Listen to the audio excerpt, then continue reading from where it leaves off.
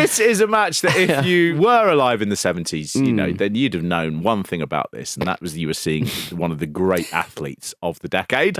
This match took place in 1982. Is Big Daddy. It's Big Daddy. Taking on Big Jim Harris. Kamala. Kamala by another name would smell so sweet. Literally Kamala Harris. Kamala Harris. That's it. He's it's early Kamala. Yeah. Pre-Kamala. Pre-Kamala. If you didn't grow up in Britain during the 70s and 80s and were born with the general acceptance that Big Daddy was the greatest performer of all time, then Big Daddy can be mystifying. And Daddy this year has been taken off the ballot for the Wrestling Observer's Hall of Fame, having been in it for a set number of years without crossing the threshold he needs to be inducted. There has been a sort of sense of disquiet about how impossible it is to explain to people who aren't from Britain just how seismically important Big Daddy is. The problem is Big Daddy's legacy, available on YouTube, doesn't give you any indication as to why we all accepted him being so good. Yeah. And this match is no different. None at all. With a couple of caveats, is he seems to be doing a bit of work. People never talk about the match where Big Daddy destroys the ring with an Irish whip, and you're thinking, oh yeah, he hits the ropes, doesn't he? Because he's like a big ball, and then he throws Kamala into it, and the ring just goes pop. Yeah, and that is because it turns out I think Big Daddy might actually be quite strong. The commentator here says this is Britain versus the USA. So what this basically sets up is who is the best at professional wrestling, and if Big Daddy wins, then categorically, without argument, Britain is the best at wrestling. Yeah. And if Big Jim Harris wins, then it's the USA. Well, all I'm going to say is, let's not get into a debate about who is better, because this match has settled it. Absolutely fine. Settled it, has. Daddy comes out. He's already won the hearts, hasn't he? Of a nation, Pete. He's Hulk Hoganing it. Yeah. He's brought a child in, it says wheelchair. Looks like a bed. Looks like a hospital bed. And the commentator at once says, he's brought a little girl. I think he names her. That seems wrong. Yeah. He says she's ill and in a wheelchair. And there's a pause and he goes, yeah, very ill, I'm afraid. I was thinking, if I Google that name, that's going to be on a list. It's not a list of alive people. Wheeled her in her wheelchair himself, says Ken. I mean, that's not a feat of strength. No. She's a child. She's on wheels. Also doesn't sound like a heavy child. It sounds like a thin child. She's gravely ill, Mark. Wheelchairs take little effort to push at the best of times. If she's ill in the same way that Big Daddy's ill, then yes, she's ill. And that would be difficult. I mean, Big Daddy's, we know anything. Anyway, it's not like this feat of strength because he is a very strong man. You know, he's got the strength that you only get from eating a lot 15 of eggs. Yeah, bacon, eggs, butter, and white bread. That's the real thing that gives you the weight. Yeah. He also gives you a stroke at 67. Because that's what he comes out there. Look, he gives a middle-aged lady a respectful kiss as well, and he's got his cardboard top hat on and his glittery duvet cover. I mean, this is everything you want in professional wrestling. They also then thank the Lads and Girls Brigade of Welwyn Garden City, and there are a lot of kids involved. I know the 70s was all about like kids get the chance, but Daddy is pretty much the only entertainer from the 1970s that is solely dedicated to children. Who didn't end up monstering them as well. Yes, that's good. I mean, look, he'd flatten them. He'd be like Flat Stanley. I think we need to say Daddy belongs in the Hall of Fame because he was the only man in 1970s child's entertainer who was on children's television who absolutely left those kids alone. And that in itself deserves a fucking Hall of Fame thing because I tell you what, there's not one other bastard who managed No, exactly. There's a little girl here who wants to ask you a question. Yes, darling. Which performance have you enjoyed the best? Which one have I enjoyed best? I think the one I enjoyed best was beating John Quinn at Wembley. That was really something. Is it? Yeah. And what's your question? How long did it take to sew the sequins on your jacket? Oh, I don't know. Ask my wife. She's done all that. Really? Yes. Fantastic. They're great. She's done all that. And Katie, what would you like to ask Big Daddy? How much do you really weigh? I don't know, darling. I'm frightened of getting on the scale. There in the ring, waiting already in his poncho, is Big Jim Harris, the Mississippi Mauler. Who looks genuinely frightening. Like Kamala is a bit of a comedic character, but like he does look proper. He looks like a proper, good, tough tough brawler. Yeah. He's got a look of Curtis Hughes. Looks very similar to that. He's not like muscular. No. But he's got that sort of strong, like local man feel about him. What he doesn't have is he doesn't have the belly that would later sort of become KAMALA-y. At this point, he's just in decent shape. What is sort of interesting about this is I think he looked at Daddy at this time, who is the biggest star he ever would have worked with up to that point. Yeah. And he went, what is it that distinguishes him from me? And the answer to that is a great big belly. KAMALA has looked at that Big belly. Daddy create KAMALA? I believe he did. Not just that, but what happens is the whole element of KAMALA, the face paint, he first did when he was in Britain. Right. And he said he did so at a time when no one else used face paint, apart from the Japanese wrestler Kabuki. So no one really had seen face paint before. He also shaves his head very quickly after this match. And there are a couple of shots of him as the Mississippi Mauler where he's staring into the camera, great wide eyes, slightly blank expression, where you can see what he will become. Yeah. And so Britain is the place where KAMALA is forged. We'll get into how he becomes KAMALA after this, because Britain isn't the place where it's forged. It's very much Memphis. Very much Memphis. But I am going to claim it as our own. Yeah. They start this match, and this is 9 minutes, this video lasts. And they start it with an arm wrestling contest. Yeah. I mean, KAMALA, he gets introduced as the black wrestler. Does he? Yes. Oh, I missed that. One goes, the black wrestler. I was like, fucking take your shoes off with that fucking Let me clunker. tell you, I read some older me. British wrestling magazines from the time that did profiles on him, and if it had said the word black wrestler, that would have been much preferable to what was actually printed. Okay. But the actual kind of aesthetic of the desk and the two chairs that you might see in a school, it's a little bit like a police interview. It really like, is. It looks like a procedural police drama. It does. But with Big Daddy with a top hat on. KAMALA. Daddy starts the chant of easy before he sits down, and I thought, let's see how fucking easy it is when you have to get out of that chair. But when he sits down, he sits slightly to the side of the table with his elbow on it, and what it looks like is he's gone to a doctor's surgery to get bad news. Yes. And like KAMALA is going to sit in front of him and just go, I've got the results back, Daddy. I'm afraid you've got cirrhosis of the top hat. No. All that glitter's gone in your lungs. No more Knickerblocker glories. but doctor. But doctor, you know, need 'em. I'll try and cut down. What about if I do a dozen a day? Oh, Daddy. Can I sit in the bath and have a Knickerbocker glory? Please. It's not a bath, it's a trough. They decided for some reason as well, Britain can be confusing, and instead of calling it arm wrestling, they call it wrist wrestling. And he says, it's time for a wrist wrestling contest. And the crowd, you hear them sort of go, what? Wrist wrestling? Wrist wrestling? Wrist wrestling.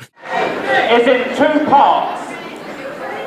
The first part is a wrist wrestling contest to be decided by the best of 3 pulls. It makes you pronounce the T in wrestling. Yeah. Wrist wrestling. Wrist wrestling. Wrist wrestling. And they also say best of 3 pulls. Now, that's the problem. Is you've heard the word wrist. Yeah. And you've heard the word wrestling. Yeah. Wrist wrestling sounds Wrist like wrestling. a wank. Yeah. And then they sort of say best of 3 pulls. And then you're like, okay, I just don't feel comfortable with any of this anymore. What they've done this for the reason is, this is any time that is taken up here is less time that Daddy has to spend wrestling. Yes. So he's very much like, well, why don't we do a wrist wrestle? And that should shave 4 minutes off what I have to do. They lock up in their wrist wrestling. Both men around the 25 stone mark, says fuck off. Ken. Way more than that. Daddy is like 50% lumpier than Big Jim. When he puts his arm up, he does have a big bicep. Right, yeah. I couldn't work out whether that was the flab sort of being squished Just up. been squished up, and then running out of places to go. So sort of popping out. Daddy wins the first one. Of course he does. He's the strongest athlete in the world. Yeah. Latest score, Norwich 4, Watford 2. Yeah, I believe Martin O'Neill scored in that match. I did give it a little Google. The crowd at this point begin chanting, England, England, and I listened to that and I sort of thought that's the first time, you only ever hear that sort of really in TV drama that's written by middle-class people. Yes, where they want to convey... And they've got generic England tops on, white England tops. Yeah, well, I think you'll find him down the Den in Millwall. And then it'll cut to I ain't seen that guy around there for ages. Yeah, here, you ain't a busy, are ya? It just felt a bit odd. It was just interesting. At one point, the crowd began chanting, "Does your mummy know you're here?" At Big Jim. And I was just like, it's sort of a funny thing about... It's nothing about him that you sort of go, you're babyish. No. Does your mummy know you're here? Does your mummy? Does your mummy? Yes. Was that... Yes, she does. She died. She died. Approximately, and so is Jim Harris. Nothing in it at all. A few pounds at the most.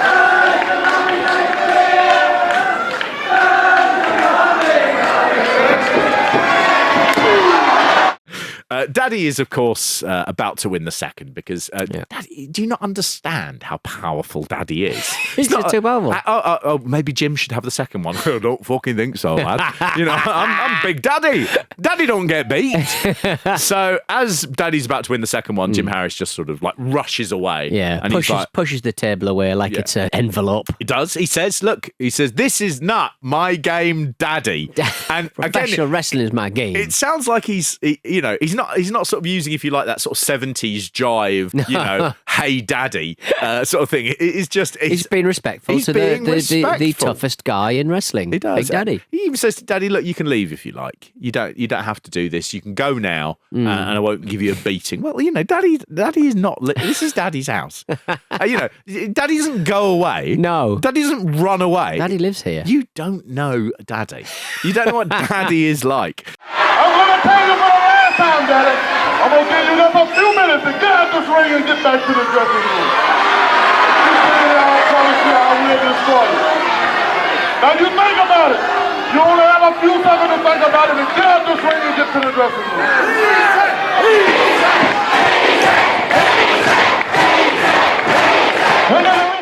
By the time the bell rings for this match, there are 3 minutes, 12 seconds left on the video. That's about right. That's about right. That's about right for him. They have a lock up, and Big Daddy crouches down at one point. His belly just hangs there like one big pendulous breast. When he wins... Oh, God, I've spoiled it. I'm so sorry, everyone. When he wins, because of course he's going to fucking win, he's Big Daddy. Do you not understand, Daddy? He sort of breathes, but I've never seen a man breathe so much from his stomach. Like it's like because he's done some work. He does some work in this match for 3 minutes. He does some work for 3 minutes, but he's breathing. It's like stomach breathing. Like it's coming out of. It's getting bigger and smaller. Famously, to increase his sort of athletic prowess, Daddy has his entire respiratory system replaced with that of a dog. Yeah, it's all so he would panting. Yeah. Oh God. The Mauler gets angry and he jumps up and down 3 times on the ring. That is as athletic as the entire match is going to be. It's also as much as Mauler actually gets to do. So for the next 3 minutes, he is just battered by Daddy. Very limited moveset from Daddy. You get 3 lockups, a shoulder block, 2 whips to the corner, a backdrop, and then suddenly the ring has got troubles, the middle rope has got problems. What's happened is on the second whip to the turnbuckles, Harris's bum has knocked the hook out that attaches it to the metal corner post. It turns out that, Daddy is quite powerful. He threw a man into a thing and it collapsed a ring. Yeah, I mean, this is the main event, so we're fine. Yeah. And some big strong boys come out to hold the rope at some one point. men just hold it up. They go from going, let's keep it taut, to just going, let's just hold it up. Just hold it. I just thought that's what we're going to do, because we've only got 2 minutes left. As if Daddy's going to turn around and go, I really needed the middle rope. I was going to do some sick fucking moves.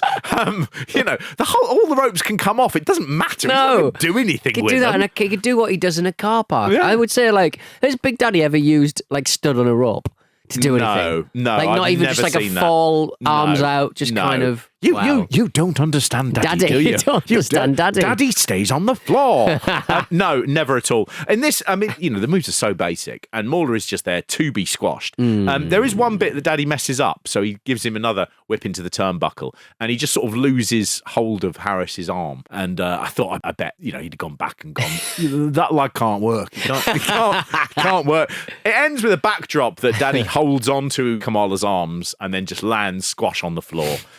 And it was actually quite spectacular, like a back power slam. Yeah. And I was thinking to myself, if that had been Yokozuna's finishing move, when you did that in a computer game, that would have been very satisfying. Yeah. I liked some of Daddy's moveset in this one. I haven't seen him do any of this. Sick moves. Daddy's got six moves. Time, I think they've got the middle rope done up okay, so they're safe now for the moment. Now a nice back drop, but Daddy going down with a splash, and Jim Harris is now going to stay there for that. Real trouble for Harris now, and Donnie picked it up on that one. The full wedge of Daddy down on top of him. 9, 10, he's out. And Harris is pinned. I don't think he gets one offensive move in, which is, a slightly boring way to be on television. You must be a bit like, oh, this is rubbish. Yeah. But he was heading back to America. He would actually have his last British match in, I think, Cleethorpes against Quick Kick Lee, Akira Maeda, in which his ankle would be broken. And really, the sort of breaking of his ankle is part of the reason that he goes on to such great success. Because after that match, he returns to the US, and thanks to Britain and its antiquated ways, Kamala reaches home, and all of his stuff is at sea still, being shipped back, and it's going to take months. So he finds himself unable to wrestle at that time, but also without any of his wrestling kit. Keep your kit on, will you? For crying out loud. So when he gets back, he goes down to the Mid-South Coliseum in Memphis. He said to see a friend of mine about getting some wrestling tights and things for him because my gear hadn't arrived. When I walked in, Jerry Lawler and the other wrestlers saw me. They asked me if I was looking for a job, and I said no. So they asked, do you want to work? I tell you what, why don't you give me your phone number and go back home and don't let the fans see you? It was a real bad house out there that night. Really bad, said Kamala.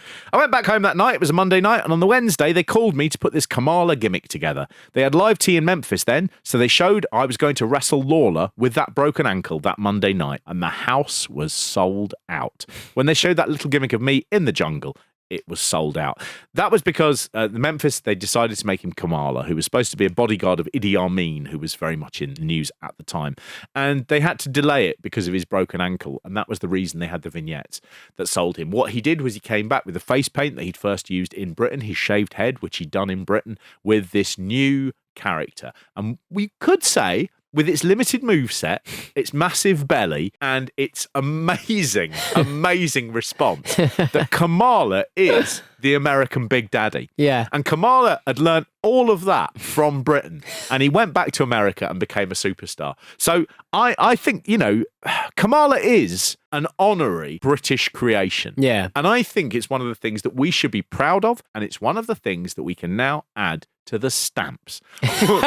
We want a Kamala stamp. I remember the 70s. Do you very, though? I'll tell you, this was a real country back then.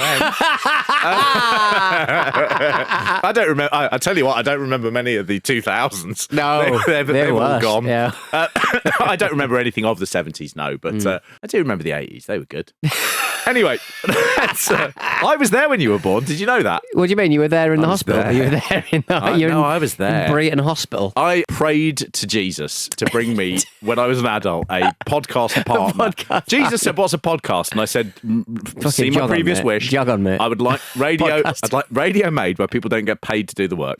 And Jesus granted both of my wishes. But yeah, I was there, Pete, watching. Thank you. It was. Did you look I was at my very proud. dinkle? My little. Too busy with Mrs. D. Looking at that. Revolting. Apologies. I think it's 1-0. I like the way that this podcast has slowly morphed into a thing where every few months we sexualise someone's mum.